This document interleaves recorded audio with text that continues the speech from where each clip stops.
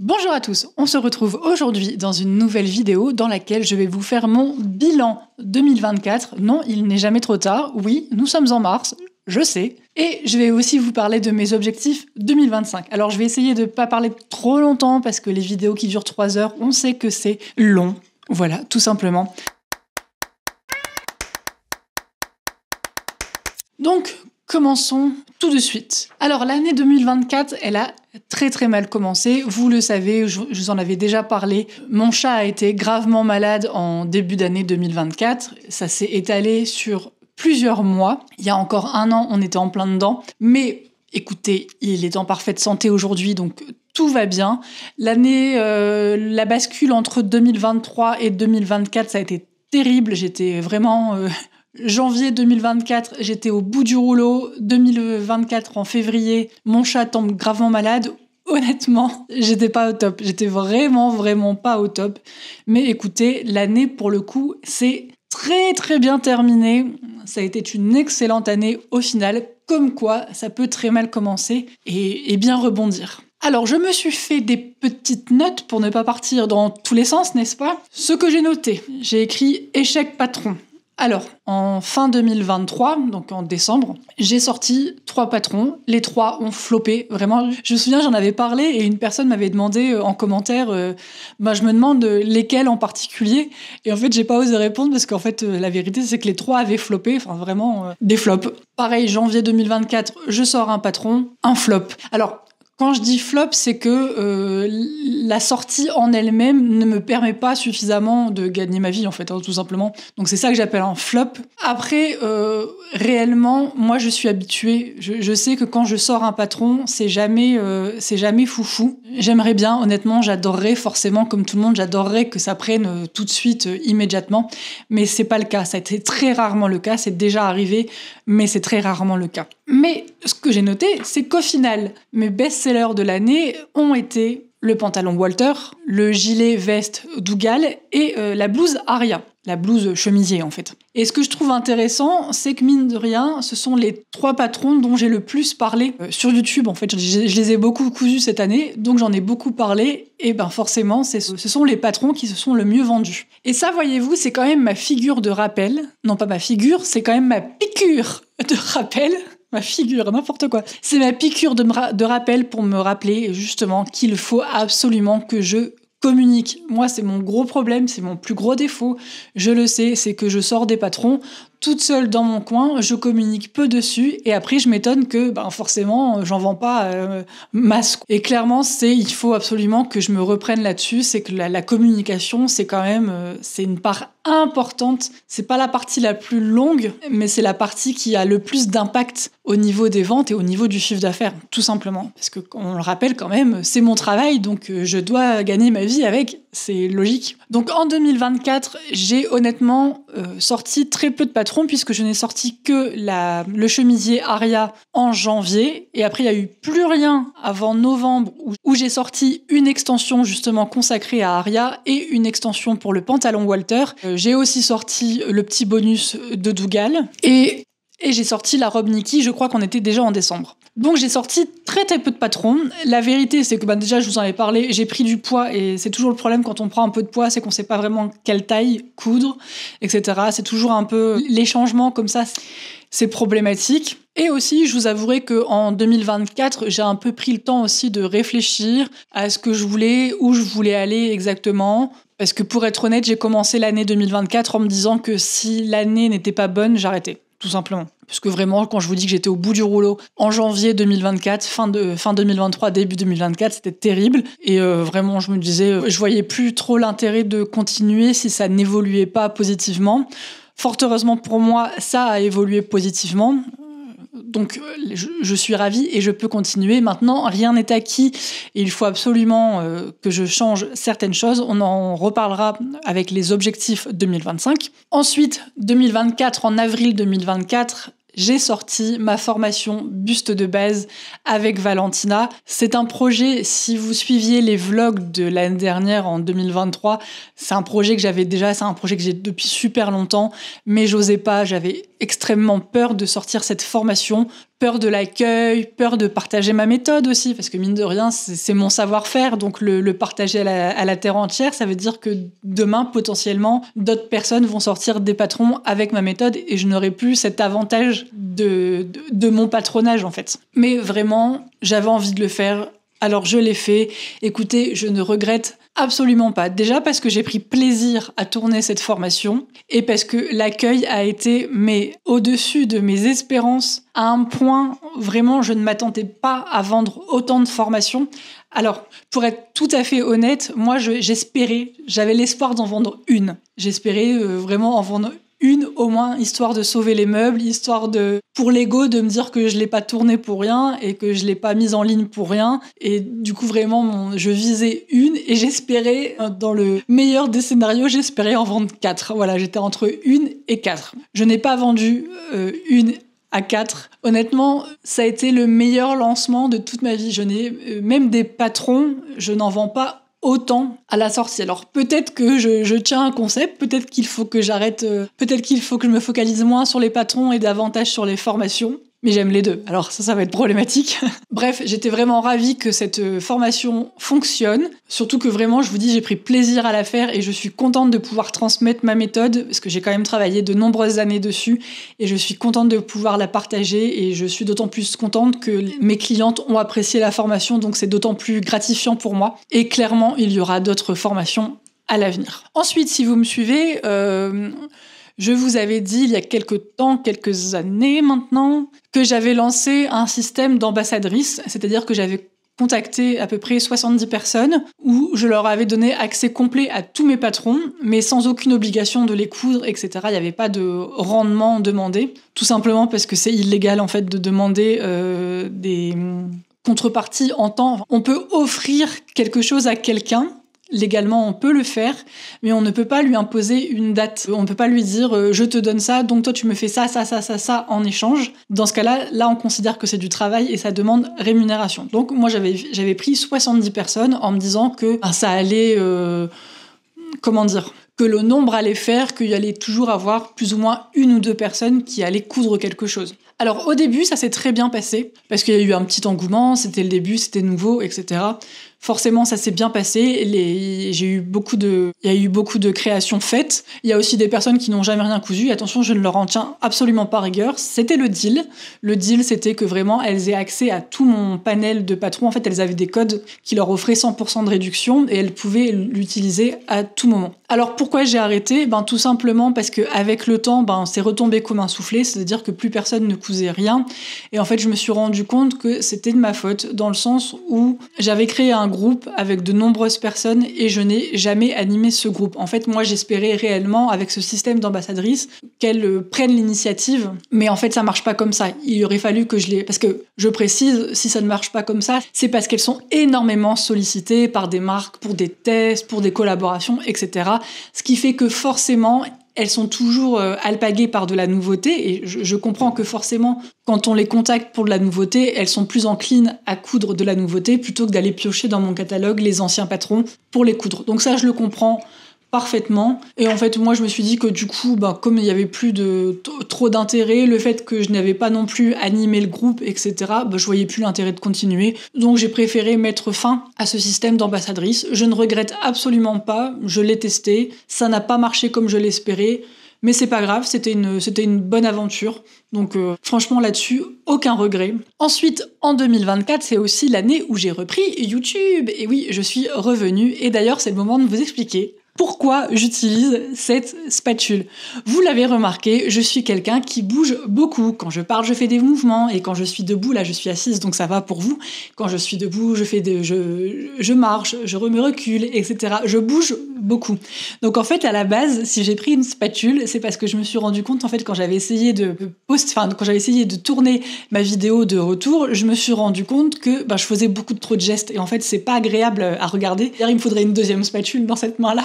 Mais c'est pas grave. Et en fait, du coup, je m'aperçois que quand j'ai une spatule, comme je sais que je dois la tenir relativement à une certaine hauteur au niveau de ma bouche, eh bien, ça me permet d'être plus stable. Je bouge un peu moins. Alors là, vous vous dites, mais depuis le début, on voit ton autre bras qui bouge tous les sens. Oui, c'est vrai, j'ai pas encore de solution. Mais voilà, au moins ça vous explique pourquoi un jour je me suis dit, tiens, je vais prendre une spatule pour me servir de micro.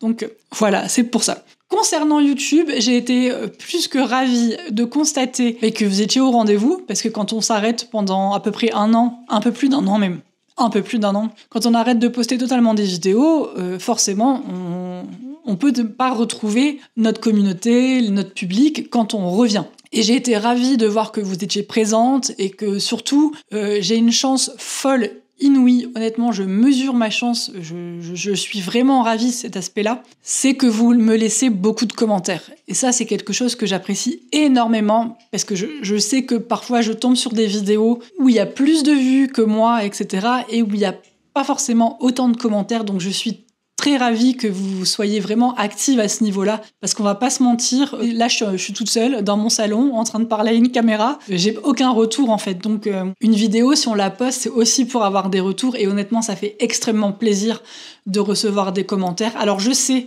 qu'il y a eu un moment donné, j'ai complètement perdu le fil et je ne répondais plus, parce qu'en fait je n'y arrivais plus, mais vraiment je lis tous vos commentaires, absolument, parce que de toute façon, j'ai la notification et je les reçois sur mon téléphone. Et c'est même d'ailleurs pour ça que je pense pas à y répondre, c'est parce que je lis la notification, je me dis « Ah, c'est trop cool !» et puis après, j'oublie. Voilà, tout simplement. Mais vraiment, je suis ravie là-dessus de votre engagement, en fait, parce que YouTube, c'est un des seuls réseaux où il y a autant d'engagement. Et surtout, je dois dire qu'on est sur des commentaires qui sont quand même très positifs. Alors positif, ce que j'appelle moi positif, c'est que soit c'est gentil, tout simplement, ou soit, même si par exemple c'est des commentaires qui ne sont pas d'accord avec ce que j'ai dit, etc., c'est toujours... Moi j'ai rarement des méchants commentaires, je trouve que c'est toujours dans la bienveillance, toujours dans la critique constructive, ce qui fait que je trouve ça extrêmement positif parce que on a le droit de pas être d'accord avec un tel ou un tel, on a le droit, et je pense que de le dire de façon posée, sereine, sans forcément être dans la critique et le jugement, et je trouve que ça fait avancer tout le monde. Voilà, ça c'est mon avis personnel. Donc là-dessus, je suis ravie. Qu'est-ce que j'ai écrit ? Voilà, c'est ça, j'ai écrit « Communauté au rendez-vous », merci pour les commentaires. Ensuite, j'ai écrit « Ras-le-bol d'Instagram ». Alors j'ai écrit « Réseau vitrine, réseau drama ». Parce que Instagram, alors moi j'ai jamais été vraiment très présente sur Instagram, ce qui est un gros problème, on en reparlera dans les objectifs 2025, mais j'ai eu un petit ras-le-bol d'Instagram, notamment au niveau des Reels. Quand j'allume les Reels en ce moment, honnêtement, je vois du contenu et je me dis que l'algorithme, je sais pas pourquoi on me propose ça en fait. Il y a pas longtemps, j'ai vu des vidéos où c'est des pieds vraiment des pieds de personnes en train de patauger dans des spaghettis. Après, je trouve qu'on voit de plus en plus de contenu à caractère limite porno, mais vraiment de façon... C'est très très très récurrent. Donc j'ai un peu vraiment beaucoup de mal avec Instagram. Et surtout, je trouve que c'est un réseau très égocentré. Et je trouve ça assez problématique. C'est quelque chose que je ne retrouve pas sur YouTube, ce côté égocentré. Je vais vous donner un exemple tout simple qui fait que je préfère clairement YouTube à Instagram. Il y a récemment Elsa, Passepoil de chat, qui a sorti une vidéo où elle présente la pile de ses projets à coudre. Et en fait, son concept est super cool, donc il y a plusieurs personnes qui ont repris son concept, et ce qui est formidable avec YouTube, c'est que les gens commencent leurs vidéos en disant « Je n'ai rien inventé, c'est Elsa qui a posté une vidéo, et donc voilà, je fais la même ». Ça, c'est quelque chose qu'on ne retrouve pas sur Instagram. Je vais prendre un exemple, qui est également sur YouTube. Vous avez Célia Karénine. Elle avait posté une fois un tutoriel sur Instagram où en fait c'était un tuto pour, vous savez, retourner les pinces, non pas les pinces, absolument pas les pinces, mais vous savez, pour retourner les petites bretelles, en fait elle utilise une pince à cheveux, et sa méthode, moi j'ai essayé et franchement elle marche super bien. Donc j'avais vu son tutoriel et franchement une semaine ou deux après, il y a une très grosse influenceuse qui a ressorti, en gros elle a refait le même tutoriel, mais à aucun moment elle ne dit j'ai vu il y a pas longtemps la vidéo de Célia Karénine et du coup c'est cool, je vous partage son astuce. Ça c'est typique Instagram, c'est égocentré. C'est moi, je. Alors que sur YouTube, il y a vraiment ce côté... il y a plus de sororité, en fait, sur YouTube. Les gens sont plus respectueux du travail des unes et des autres. Donc c'est vraiment quelque chose que j'apprécie énormément sur YouTube. En tout cas, en tant que spectatrice, moi, c'est quelque chose que j'apprécie et je trouve ça vraiment très agréable. Et en tant que productrice de contenu, entre guillemets, j'apprécie si un jour j'ai une super idée, j'apprécierais que quelqu'un la reprenne. Alors évidemment, quand je dis sur Instagram, je ne parle pas des trends, les choses tendances, etc. Je parle vraiment quand une personne sort un tutoriel, une astuce, etc. qu'on n'a franchement jamais vu avant. Et si l'astuce est reprise 1 à 2 semaines plus tard, l'autre personne n'a pas eu une lumière au même moment que la première. Vous voyez ce que je veux dire, j'en suis certaine. Bref, ça, c'était grosso modo mon année 2024, qui a été vraiment une super année. Si on peut parler strictement chiffres, mon chiffre d'affaires a augmenté de 44%, raison pour laquelle je ne vais pas arrêter. C'est le seul chiffre que je donnerai. Je ne vous dirai pas combien je fais de chiffre d'affaires, etc. Forcément, vous n'avez pas toutes les données. Donc vous n'avez pas le chiffre de 2023 en comparaison. Moi, je l'ai. Mais bref, 44%, je suis ravie. D'ailleurs, ça me fait penser aussi, moi, j'ai lancé ma marque de patron en 2018. Cependant, même si c'est pas totalement vrai, je considère que je suis repartie totalement de zéro en 2022. Donc en 2022, quand j'ai lancé ma nouvelle méthode de patronage et que j'ai repris les patrons un par un pour les relancer, en fait, tout simplement, puisque quand j'ai repris de zéro, j'ai supprimé tous les patrons de la boutique et je les ai remis en ligne un par un, complètement revisités, etc. Donc il y a eu une période de battement où il ne me restait plus que 1 ou 2 patrons sur la boutique. Pour ça que je considère que 2022, c'est vraiment le moment où j'ai repris l'entreprise en main. Donc je considère, même si c'est pas exactement vrai, parce que forcément j'avais déjà une communauté, etc., mais je considère que j'ai fait une remise à zéro réelle en 2022. Donc je suis ravie qu'en 2024, c'est porté ses fruits et que le chiffre d'affaires soit en augmentation parce que c'est quand même le but, même si je reste insatisfaite de ce chiffre, mais il ne tient qu'à moi de mettre des choses en place pour l'augmenter. Et c'est là qu'on en vient aux objectifs de 2025. Alors, le premier truc que j'ai écrit, c'est continuer d'augmenter mon chiffre d'affaires. C'est ce que je viens de vous dire. Donc, voilà. On parlait d'Elsa Passepoil de chat. Alors, ça me fait rire parce qu'elle expliquait dans une vidéo qu'elle avait trop de tissus. Oui, elle expliquait dans une vidéo qu'elle avait trop de tissus et je crois qu'elle était à 200 coupons environ. Alors, moi, j'entre tous mes coupons dans Notion et là, j'ai regardé juste avant de tourner la vidéo.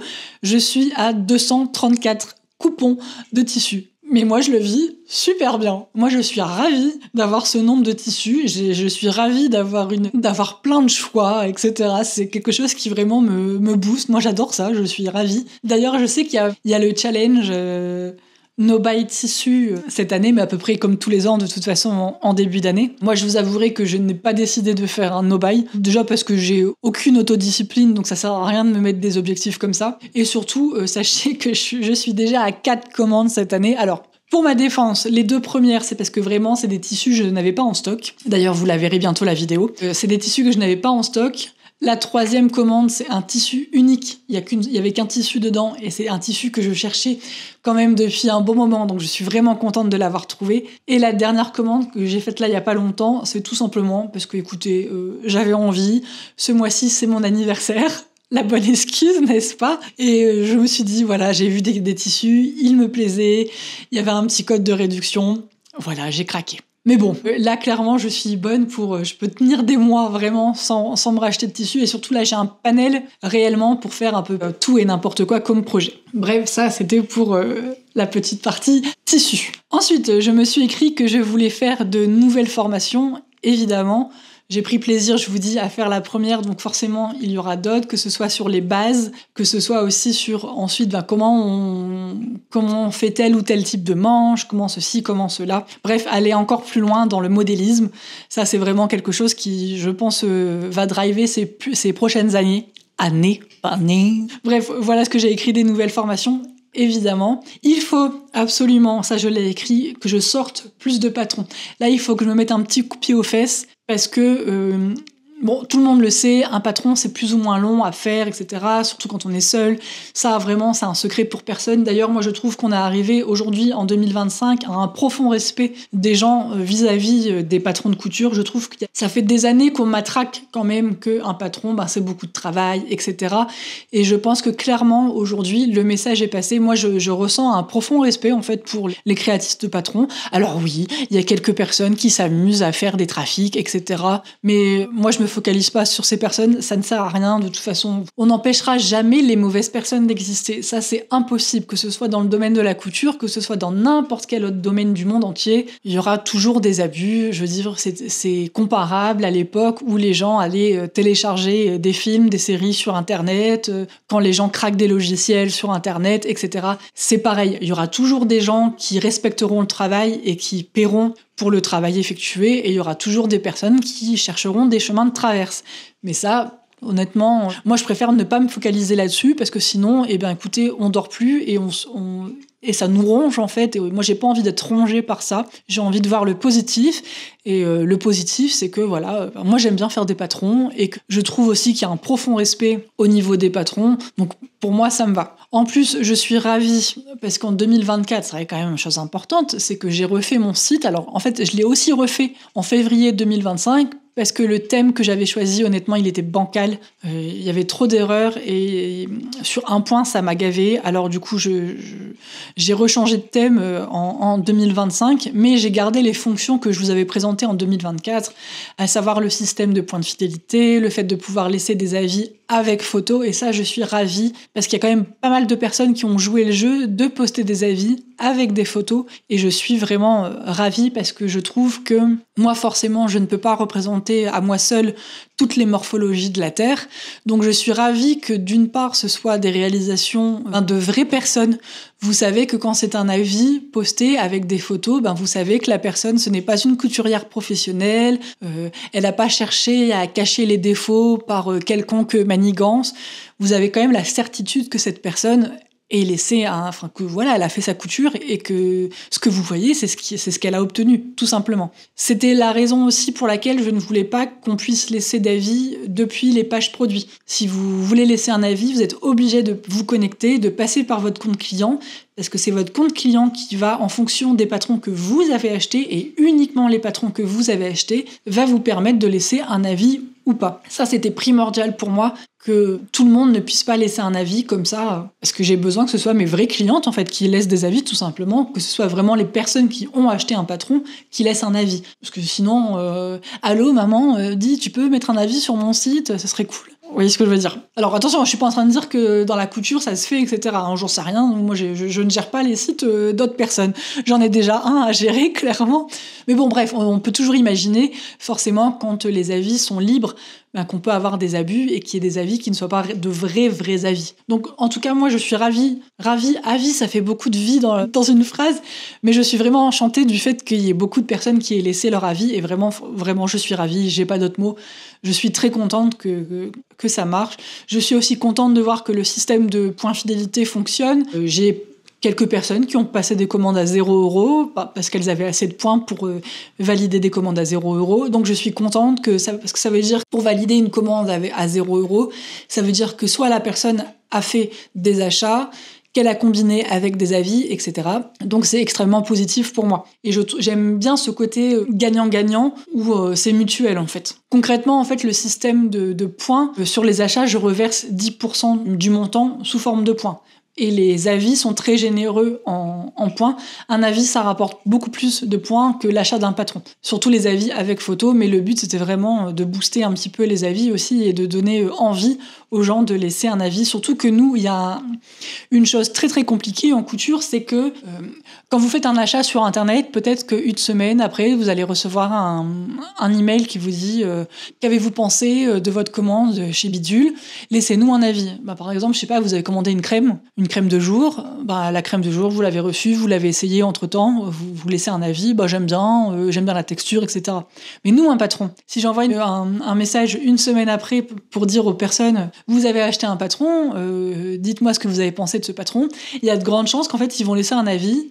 Je n'ai pas encore eu le temps de coudre ce patron, donc c'est compliqué pour les patrons de générer des avis, parce que faut y penser. Et entre l'achat et le moment où la couture est terminée, il y a des délais plus ou moins longs. Donc il faut que je réfléchisse cette année à une stratégie d'emailing pour, par exemple, vous savez, quelques temps après l'achat, dire bah voilà, où vous en êtes, avez-vous commencé à coudre votre projet, histoire de faire une petite piqûre de rappel. Et puis après ce mail-là, quelques semaines plus tard, dire bah voilà, maintenant peut-être que vous pouvez laisser votre avis. Moi, j'ai pas envie d'avoir beaucoup d'avis du type je l'ai acheté mais j'ai pas encore cousu, parce que je trouve que ça n'apporte pas grand-chose en fait, tout simplement. Bref, concernant les patrons, ensuite il y a une chose que j'ai envie de faire, qui est que j'ai envie de plus de saisonnalité, dans le sens où il y a beaucoup de patrons, en fait, on va choisir des tissus en fonction de la date à laquelle sortent les patrons.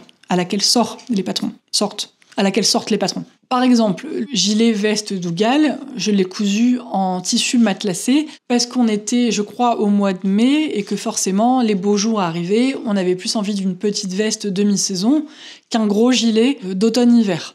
Pourtant, c'est un patron qui peut se coudre comme des gilets d'automne-hiver. Et ce que j'aimerais, alors clairement, je n'aurai pas le temps de faire ça en 2025 pour tous les patrons, clairement pas, mais j'aimerais sur le long terme avoir des photos avec les modèles orientés automne-hiver et ensuite faire des photos qui soient orientées printemps-été. Sauf vraiment pour les patrons où il y a vraiment une saisonnalité très forte. Par exemple, je pense au top poli, vous n'allez pas porter poli en hiver, il y a assez peu de chance. Mais la plupart des patrons, en fait, en fonction des tissus choisis, ça pourra très bien convenir et à la période estivale, printemps-été, et à la période plus hivernale, d'automne-hiver. Donc ça, c'est une volonté. Et d'ailleurs, je viens de changer la disposition des meubles chez moi, ce qui fait que je ne peux plus mettre mes fonds photos qui sont très larges. Donc je me suis racheté un fond photo et j'ai décidé de partir sur du blanc parce que je trouve que le blanc, c'est quand même une certaine... c'est linéaire, si vous voulez. Ce que j'aimerais, c'est que sur le site, ce soit très linéaire. Les photos soient toujours plus ou moins dans le même style, plus ou moins la même colorimétrie, indépendamment de ce que je porte. Et là-dessus, avoir un fond blanc, c'est idéal pour la balance des blancs, etc. Donc ça, c'est quelque chose sur le long terme, voilà, quitte à refaire les photos, enfin, pour montrer dans d'autres tissus, etc. Le but, ce serait sur le long terme de n'avoir que des photos sur fond blanc. Surtout que moi, j'adore, et ça, c'est en tant que cliente, je suis beaucoup plus sensible aux photos type packshot, c'est-à-dire vraiment les photos où on voit la mannequin droite comme ça, sur le côté, de l'autre côté, de dos. Moi, j'aime en tant que cliente, j'aime voir ce que j'achète. Et en fait, je n'achète pas la mannequin. Donc que la mannequin ait une super belle coiffure, qu'elle porte sa chemise... là, je pense, imaginez les photos Cézanne. Qu'elle porte sa chemise ouverte jusqu'au nombril. Moi, sa chemise, quand elle est ouverte jusqu'au nombril, je ne vois pas comment elle se boutonne, jusqu'où elle monte. Je ne vois pas le dos.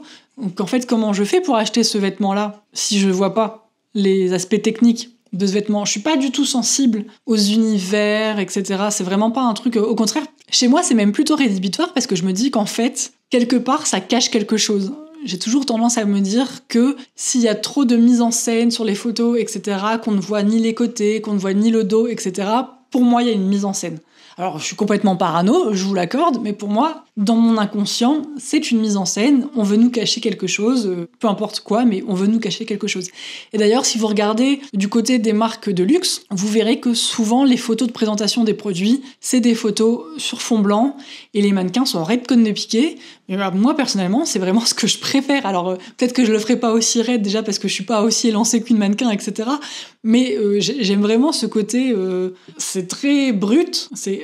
deux faces, deux dos, deux côtés, enfin côté gauche, côté droit, et puis voilà, en fait, vous avez vu le vêtement, quelques zooms, etc. sur le vêtement, et puis c'est tout, en fait. C'est suffisant, le but étant de voir le produit plus que de voir la mannequin, finalement. Bref, ça, c'est pour l'aspect marque, etc. Ensuite, j'ai écrit qu'il fallait absolument que je continue YouTube, ça va de soi, et surtout, je voudrais reprendre, mais alors ça, faut trouver le temps, mais j'aimerais reprendre les tutoriels vidéo, j'en faisais avant, j'ai arrêté parce que avec l'ordinateur que j'avais avant, honnêtement, c'était un enfer de faire du montage. J'en avais parlé à l'époque où j'avais fait des vlogs, vraiment c'était l'enfer de monter des vidéos parce que pas assez de capacité, trop lent, trop compliqué, trop en fait, trop de négatifs qui fait que vraiment déjà que l'exercice de tourner un tutoriel vidéo est long, si en plus je me rajoute la contrainte d'avoir derrière le montage qui est rallongé parce que le matériel ne suit pas, eh bien c'est compliqué. Maintenant, j'ai un ordinateur qui est nettement meilleur. J'avoue que ce qui me bloque, c'est de me dire qu'il faudrait que je fasse tous les patrons et c'est... Vous voyez, quand vous sentez je vais avoir le temps de tout faire, donc clairement il faut bien commencer, il faut y aller étape par étape, mais clairement j'ai envie de reprendre les tutoriels vidéo. Ensuite, j'ai noté, même si je ne porte pas Instagram dans mon cœur, j'ai noté qu'il fallait quand même que je fasse un effort sur Instagram, être davantage présente sur Instagram, communiquer davantage. J'ai honnêtement la chance d'avoir des clientes qui me sont très fidèles. J'ai vraiment des clientes qui depuis des années achètent mes patrons régulièrement, etc. Et ça, j'en suis très très heureuse. Maintenant, si je veux continuer à faire ce métier, il faut absolument que j'ai plus de clients, tout simplement. Donc, l'acquisition client, c'est quand même plus facile via des réseaux type Instagram, TikTok. Donc, même si c'est pas forcément des réseaux que je porte particulièrement dans mon cœur, eh bien, il faut me rendre à l'évidence qu'il est temps quand même de faire un petit effort de ce côté-là. Donc, c'est prévu de faire un petit effort quand même sur Instagram. Là, j'ai commencé un petit peu. Voilà, c'est vraiment pas... pour l'instant, c'est pas bien ancré dans ma routine. C'est ça aussi, il faut absolument que je prenne le pli, la routine, il faut que ce soit naturel, que ça redevienne naturel que de poster sur les réseaux sociaux. Et établir une stratégie, un minimum de stratégie, etc. Quand je dis stratégie, c'est de se dire, je poste 3 fois par semaine et je m'y tiens. Ça, c'est une stratégie Instagram. Vous voyez, quand je parle de stratégie, c'est pas essayer de faire des combines, etc. C'est dans le sens vraiment de se faire un planning éditorial, de se dire, je m'y tiens, tel jour, je poste ça. Ça, c'est vraiment le point sur lequel je me concentre en cette année 2025. Et puis comme ça, je verrai. En gros, si ça prend, tant mieux. Si ça prend pas, au moins, j'aurai essayé.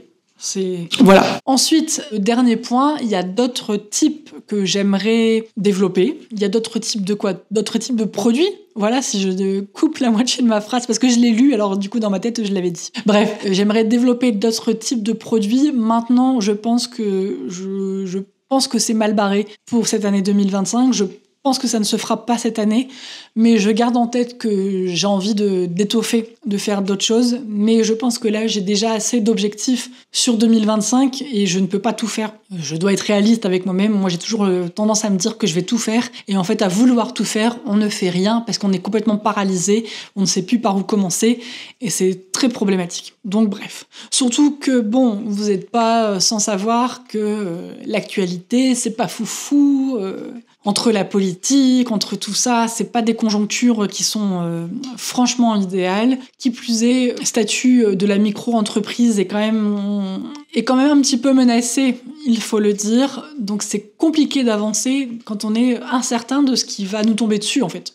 Tout simplement. Donc voilà, pour l'instant, c'est quand même d'améliorer mes réseaux sociaux, continuer à développer et plus régulièrement ce que je développe déjà, et si vraiment les planètes s'alignent, eh bien on verra à développer d'autres choses. En tout cas, voilà, c'était mon petit bilan 2024 et mes projets objectifs 2025. J'espère que cette vidéo vous a plu, j'espère que je me suis pas trop tenue comme une tortue comme ça. Écoutez, je vous dis à très très vite. On se revoit très vite vu que j'ai déjà tourné. Donc la prochaine vidéo, ce sera un haul, les fameuses commandes que j'ai passées. Donc voilà, je vous dis à très vite. Salut! The fuck, I'm such a drama queen. I know it's just a crush.